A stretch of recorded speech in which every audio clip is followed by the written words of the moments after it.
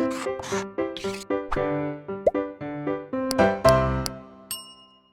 Students, welcome back to blueprint digital. आज की इस वीडियो में हम जैव भू रासायनिक चक्र यानी कि बायोजियोकेमिकल साइकिल और न्यूट्रिएंट साइकिल के बारे में पढ़ेंगे। और इस वीडियो में हम कार्बन साइकिल और फास्फोरस साइकिल के बारे में पढ़ेंगे।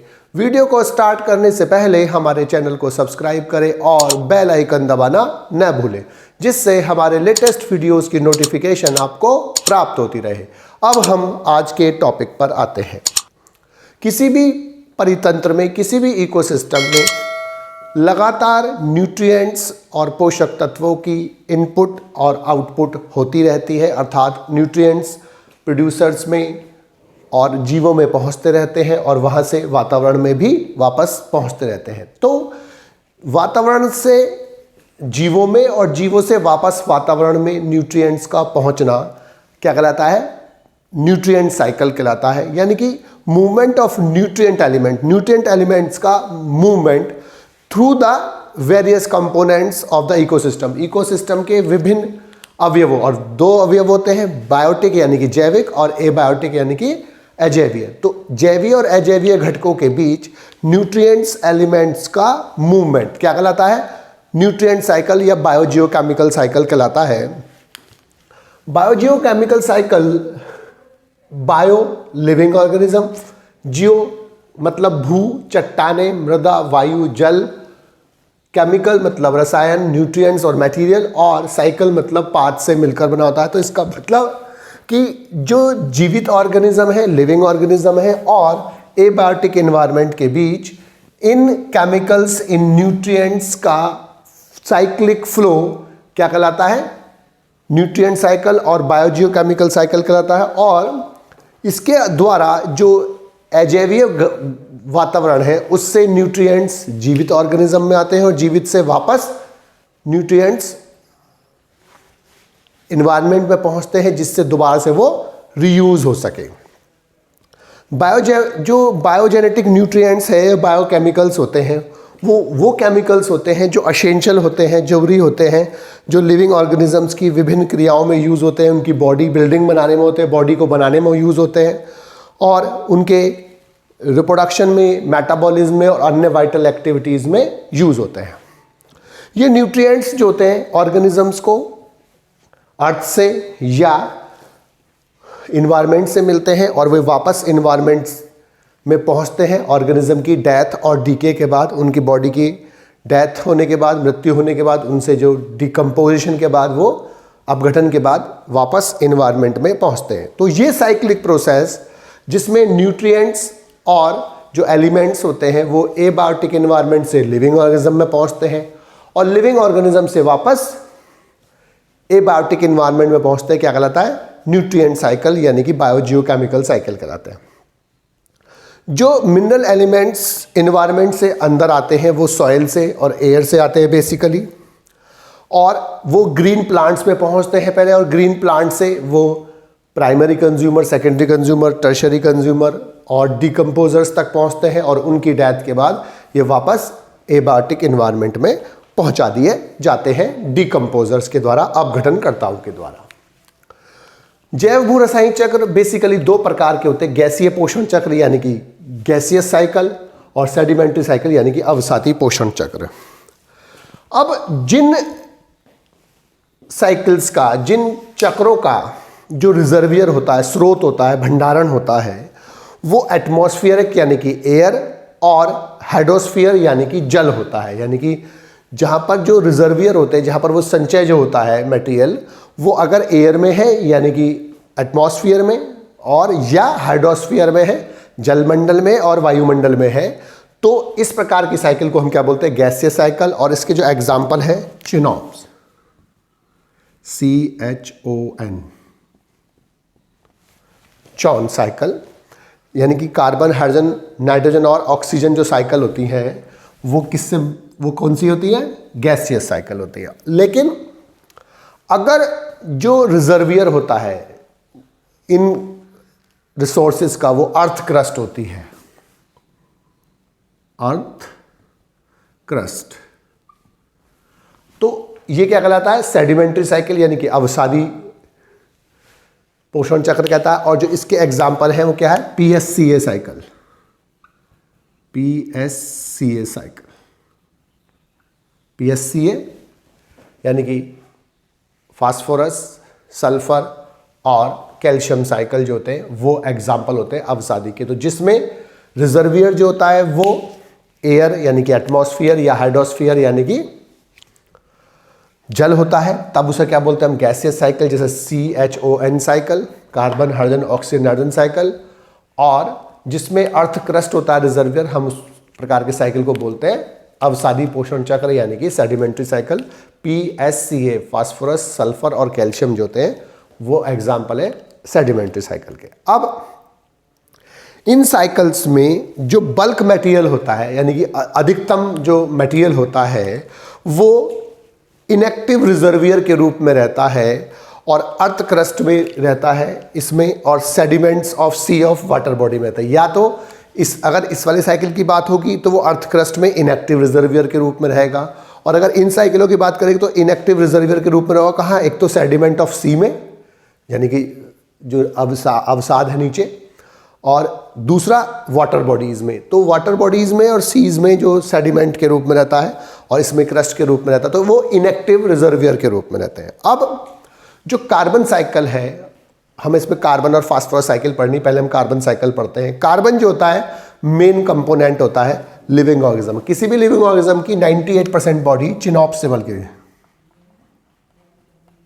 इन 6 एलिमेंट से, carbon, hydrogen, oxygen, nitrogen, phosphorus और सल्फर, इन 6 कंपोनेंट से 98% बॉडी लगभग बनी होती है हर ऑर्गेनिज्म की।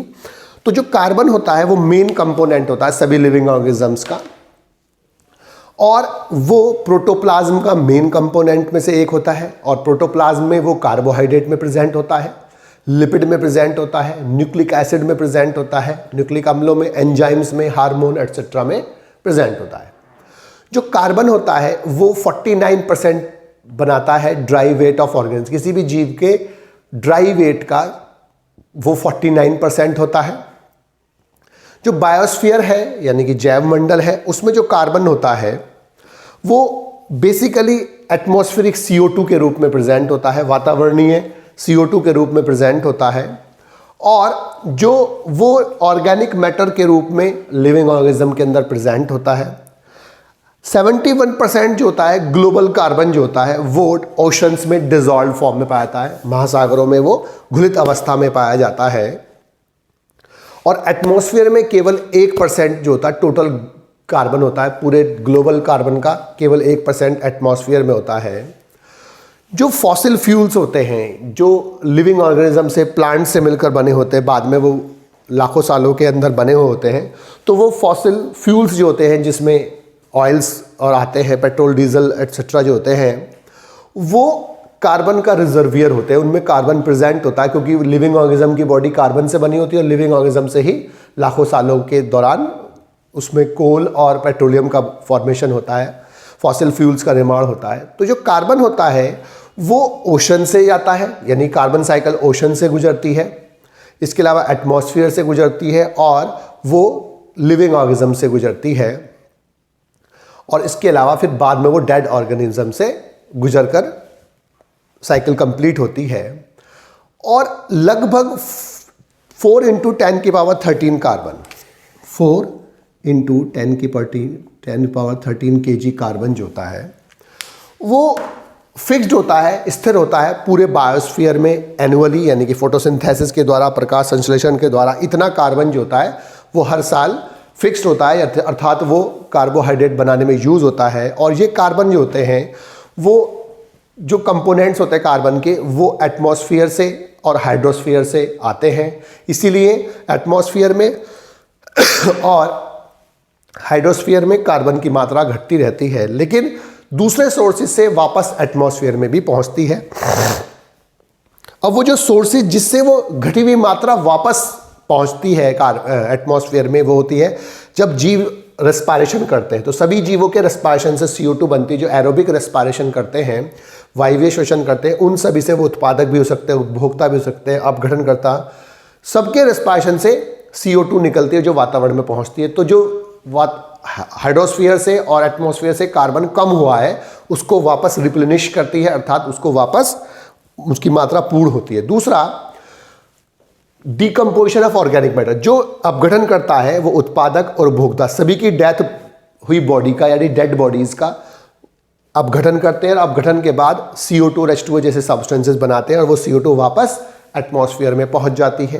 तीसरा, जो वुड और फॉसिल फ्यूल्स होते हैं जब वो जलते हैं, कंबशन होता है, तो उनसे वातावरणीय CO2 नहीं है। वैल्कोनिक इरुप्शन होते हैं, उनसे जो लावा निकलता है, हॉट स्प्रिंग्स होते हैं, उनसे जो निकलती हैं गैसेस, तो CO2 बाहर निकल कर वातावरण में पहुंचती है। इसके अलावा वेदरिंग ऑफ कार्बोनेटेड रॉक्स, जो कार्बन कंटेनिंग रॉक्स होती है उनकी वेदरिंग से, रॉक्स के बड़े पार्टिकल्स का छोटे में टूटना वेदरिंग कहलाती है, उनकी वेदरिंग से भी CO2 मुक्त होती है। अब जो कुछ CO2 होती है वो सर्कुलेशन से रिमूव हो जाती है और वो लिथोस्फीयर में हार्ड कार्बोशियस सेल, जो सेल होती है ऑर्गेनिजम्स की, उसमें, इसके अलावा एनिमल्स के स्केलेटन में, बोन्स में और टीथ में जाकर रिजर्वियर के रूप में प्रेजेंट हो जाती है, अर्थात वो अब वहाँ पर धीमे धीमे डिकम्पोज होती है। इसके अलावा कुछ कार्बन जो होता है वो पानी के साथ नीचे सीप हो जाता है, नीचे चला जाता है। इसके अलावा जो ह्यूमन एक्टिविटीज़ है जैसे डिफॉरेस्टेशन है, अर्थात वनों को काटना, इसके अलावा मैसिव बर्निंग है, इसके अलावा यानी कि बहुत ज़्यादा जलाना फॉसिल फ्यूल्स को एनर्जी के लिए, ट्रांसपोर्ट के लिए, और इसके अलावा और अन्य ह्यूमन एक्टिविटीज से CO2 बाहर निकलता है और वापस एटमॉस्फेयर में पहुंचता है। तो एक तरफ से जो वातावरणीय CO2 होती है वो प्रकाश संश्लेषण के द्वारा उत्पादकों में जाती रहती है, लेकिन उनके रेस्पायरेशन से वापस भी पहुंचती रहती है। इसी प्रकार से जो श्वसन होता है उपभोक्ताओं का अपघटन करता, उससे CO2 बाहर निकलती है। इसके अलावा जो पीट है, कोल है, ऑयल है और कार्बोनेट कंटेनिंग जो चट्टानें होती हैं उनसे भी CO2 बाहर निकलती है। चूनों की चट्टानें हैं, उनसे CO2 जल में आती है और जल से लिविंग ऑर्गेनिज्म में पहुंचती है। अगर वो फाइटोप्लैंक्टन टाइप के ऑर्गेनिज्म है तो वो फोटोसिंथेसिस करते हैं, तो वो CO2 यूज़ करते हैं। डेथ और डीके, जो उत्पादक है, उपभोक्ता है और अपघटन, इनकी डेथ के बाद जो अपघटन करता होते हैं उनकी बॉडी में से जो ऑर्गेनिक मैटर है उसको CO2 में कन्वर्ट करके वातावरण में पहुंच जाते हैं। श्वसन से सभी ऑर्गेनिज्म की जो बॉडी है उसमें से कार्बन डाइऑक्साइड के रूप में कार्बन निकलकर एटमॉस्फेयर में जाती है। तो एक तरफ से कार्बन डाइऑक्साइड जो होती है वो कार्बन जो होता है कार्बन डाइऑक्साइड के रूप में प्रोड्यूसर्स में आता है और प्रोड्यूसर से वो उत्पादकों से वो प्राथमिक उपभोक्ता, द्वितीयक उपभोक्ता, तृतीयक उपभोक्ता से होता हुआ वो अपघटनकर्ताओं के द्वारा वापस वातावरण पहुंचा जाता है। इसके अलावा फॉसिल फ्यूल से और अन्य कंबशन से, वेदरिंग से वो CO2 बाहर निकलती है। रेस्पायरेशन में CO2 बाहर निकलती है। रेस्पायरेशन लगातार होने वाला प्रोसेस है जिसमें से लगातार CO2 वापस वातावरण पहुंच जाती है। अर्थात एक तरफ से CO2 प्लांट्स में आती है, प्लांट से ऑर्गेनिज्म में पहुंचती है, अन्य ऑर्गेनिज्म में पहुंचती है, और दूसरी तरफ से रेस्पायरेशन से, वेदरिंग से और कंबशन से और अन्य प्रोसेसेस से वापस वातावरण में पहुंचती है। इस प्रकार से ये कार्बन साइकिल लगातार नेचर में चलता रहता है। एक तरफ से CO2 लिविंग ऑर्गेनिज्म में पहुंचती है वातावरण से, और वातावरण में वापस लिविंग ऑर्गेनिज्म के द्वारा या लिविंग ऑर्गेनिज्म से वापस एटमॉस्फेयर में पहुंचा दी जाती है। अब हम फास्फोरस साइकिल यानी कि फास्फोरस चक्र के बारे में पढ़ेंगे। फास्फोरस इनऑर्गेनिक कंपोनेंट है न्यूक्लिक अम्लों का, फास्फोलिपिड्स का, ATP का, बोन्स का और टीथ का और अन्य स्ट्रक्चर्स का कंपोनेंट होता है। ये फास्फोरस ऐसी रिएक्शंस में भाग लेता है, ऐसी मेटाबॉलिक रिएक्शंस में भाग लेता है जो फूड से एनर्जी के रिलीज में हेल्प करती हैं और उनके यूज में यानी कि यूटिलाइजेशन में हेल्प करती हैं। ये सॉइल्स में पाया जाता है रॉक फॉस्फेट के रूप में, और कैल्शियम, आयरन और एल्युमिनियम आदि के साथ कॉम्बिनेशन में पाया जाता है। ये फास्फोरस भी एबायोटिक एनवायरनमेंट से लिविंग ऑर्गेनिज्म में पहुंचता है, और ये फास्फोरस जो होता है वो प्रेजेंट होता है सॉइल में, वो इनसॉल्युबल फॉर्म्स में प्रेजेंट होता है। लेकिन जो माइक्रोब्स होते हैं जैसे माइकोराइजा में फंजाई और रूट्स और कुछ अन्य माइक्रोब्स जो होते हैं वो इस इनसॉल्युबल फॉर्म को सॉल्युबल फॉर्म में कन्वर्ट करती है, जिसे प्लांट आसानी से ले लेता है। जो डिज़ोल्व फास्फेट होता है वो ऑर्थो फॉस्फेट यानी कि PO4 माइनस माइनस माइनस के फॉर्म में अब्जॉर्ब किया जाता है और प्लांट के अंदर जाने के बाद ये ऑर्गेनिक फॉर्म में कन्वर्ट कर दिया जाता है। यहाँ पर ये विभिन्न प्रकार के कंपोनेंट्स बनाने में यूज़ होता है, विभिन्न प्रकार के मॉलिक्यूल्स बनाने में यूज़ होता है। प्लांट से फास्फोरस जो होता है वो फूड चेन के थ्रू एनिमल्स में पहुँचता है, जंतुओं में पहुँचता है, कंज्यूमर्स में पहुँचता है। जो एनिमल एक्सक्रीटा होती है, एक्सक्रीशन जो होता है एनिमल्स का, और जो बोन्स और टीथ होती है, अस्थि और दांत होते हैं, उनमें फास्फोरस प्रेजेंट होता है।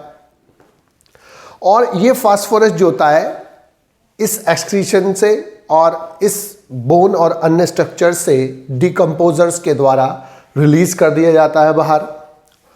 अब जो फास्फोरस होता है वो एक्सक्रीटरी मैटर के रूप में जो प्रेजेंट होता है वो बर्ड्स के एक्सक्रीटरी मैटर में भी प्रेजेंट होता है, और जो बर्ड्स का जो एक्सक्रीटरी मैटर होता है उसे ग्वाइनो बोलते हैं, और वो फास्फेट का या फास्फोरस का सोर्स होता है।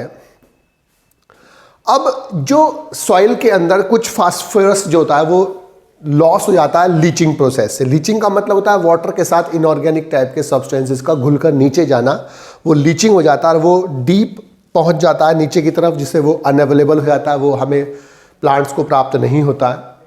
इसके अलावा सफिशिएंट अमाउंट ऑफ फास्फोरस जो होता है वो कंबाइन हो जाता है, वो कैल्शियम, आयरन और अन्य एल्युमिनियम जैसे चीज़ों के साथ कंबाइन होकर वो उपलब्ध हो जाता है, अनअवेलेबल हो जाता है, और वो नीचे की तरफ सेटल हो जाता है लेक और ओशन के बॉटम के अंदर, नीचे की तरफ जाकर सेटल हो जाता है, वो उपलब्ध नहीं हो पाता। लेकिन जो उथली समुद्री अवसाद होते हैं वहाँ पर जो फास्फोरस होता है वो सीवीड्स में पहुँचता है, सीवीड से वो बर्ड्स में और फिश में पहुँचता है, और वो फिर चट्टानों पर जो ग्वाइना होता है उसको डिपॉजिट कर दिया जाता है, और फिर वहाँ से वो इरोजन के द्वारा घुलित हो जाता है और फिर वापस वहीं पहुँच जाता है। बोन और टीथ जो होते हैं उसके अंदर भी फास्फोरस प्रेजेंट होता है, लेकिन बोन और टीथ हार्ड स्ट्रक्चर्स होते हैं और उनका डिकम्पोजिशन बहुत स्लो रेट से होता है, और वो बहुत धीमे धीमे ही वापस एटमॉस्फेयर में फास्फोरस वहाँ से पहुँचता है। इसके अलावा जो वेदरिंग होती है, जब रॉक्स में वेदरिंग होती है तब उसमें से रॉक्स में से जो अगर फास्फोरस होता है तो वो थोड़ा थोड़ा अमाउंट में निकलकर वापस एटमॉस्फेयर में पहुंचता है, लेकिन उसमें बहुत अधिक समय लगता है। लेकिन अब कार्बन साइकिल से और फास्फोरस साइकिल में अनेक चेंजेस होते हैं। जो कार्बन साइकिल में रेस्पिरेटरी रिलीज होती है, लेकिन फास्फोरस में रेस्पिरेशन से फास्फोरस नहीं निकलती। दूसरा, जो एटमॉस्फेयर में इनपुट होती है फास्फोरस की, जो रेनफॉल से वो बहुत कम होती है कार्बन के कंपैरिजन में, और जो गैसियस एक्सचेंज होता है लिविंग ऑर्गेनिजम्स के बीच में और एटमॉस्फेयर के बीच में फास्फोरस का, वो लगभग निग्लिजिबल होता है, ना के बराबर होता है। जो फास्फोरस का जो रिलीज होता है वो बेसिकली रॉक्स से वाटर में, और वाटर से ऑर्गेनिज्म में, ऑर्गेनिज्म से प्लांट से एनिमल्स में, एनिमल्स के एक्सक्रीशन से वापस बाहर आता है। तो जो एनिमल्स में और प्लांट्स के अंदर जो एटमॉस्फेयर से जो आना होता है, वो जो गैसियस एक्सचेंज होता है वो फास्फोरस का ना के बराबर होता है। कार्बन का गैसियस एक्सचेंज CO2 के रूप में होता है, लेकिन यहाँ पर CO2 के रूप में जैसे कार्बन बाहर निकलता है, इसी प्रकार से फास्फोरस बाहर नहीं निकलता। तो जो फास्फोरस साइकिल है वो बेसिकली जो प्लांट्स होते हैं उनमें जो डिजॉल्व फास्फेट होती है वो आती है, प्लांट से वो एनिमल में पहुँचती है, एनिमल से माइक्रोब्स, माइक्रोब से फॉस्फोटाइजिंग बैक्टीरिया जो होते हैं वो उसमें पहुँचती है, और जंतुओं के उत्सर्जन से बाहर आती है फास्फोरस, और अस्थियों और दांतों पहुँचती है, और उनके द्वारा ये वापस एटमॉस्फेयर में पहुँचती है। जो उथले समुद्री अवसाद है वहाँ से सीवीड से पहुँचती है, सीवीड से पक्षियों में और मछलियों में पहुँचती है, फिर वापस चट्टानों पहुँचती है। जो उसका एक्सक्रीटरी मैटर होता है ग्वाइनो बोलते हैं, ग्वाइनो वापस इरोजन के द्वारा घुलित फास्फेट में पहुँच जाती है, और कुछ फास्फोरस जो होता है वो सेडिमेंट डीप में पहुँच जाता है और वो अनअवेलेबल होता है। इसी प्रकार से कुछ जो फास्फोरस होता है वो अनअवेलेबल हो जाता है, नीचे सॉइल में बहुत ज़्यादा पहुंच जाता है। तो यहाँ पर कार्बन के कंपैरिजन में थोड़ा सा डिफरेंस होने के बावजूद भी कार्बन की तरह ही फास्फोरस लिविंग ऑर्गेनिज्म और एटमॉस्फेयर में यानी कि एबायोटिक इन्वायरमेंट में सर्कुलेट होती है, प्लांट्स में पहुंचती है, प्लांट से एनिमल पहुंचती है, एनिमल से फिर वापस एटमॉस्फेयर में पहुंचा दी जाती है। बच्चों, आज की इस वीडियो में बस हम इतना ही पढ़ेंगे। हमारी इस वीडियो को आप लाइक करें और अपने दोस्तों के साथ शेयर करें। यदि आपका कोई डाउट है तो आप हमें कमेंट करके बता सकते हैं। इस अध्याय को और अच्छे से पढ़ने और समझने के लिए आप चित्रा प्रकाशन की बुक एक्टिव जीव विज्ञान की सहायता भी ले सकते हैं।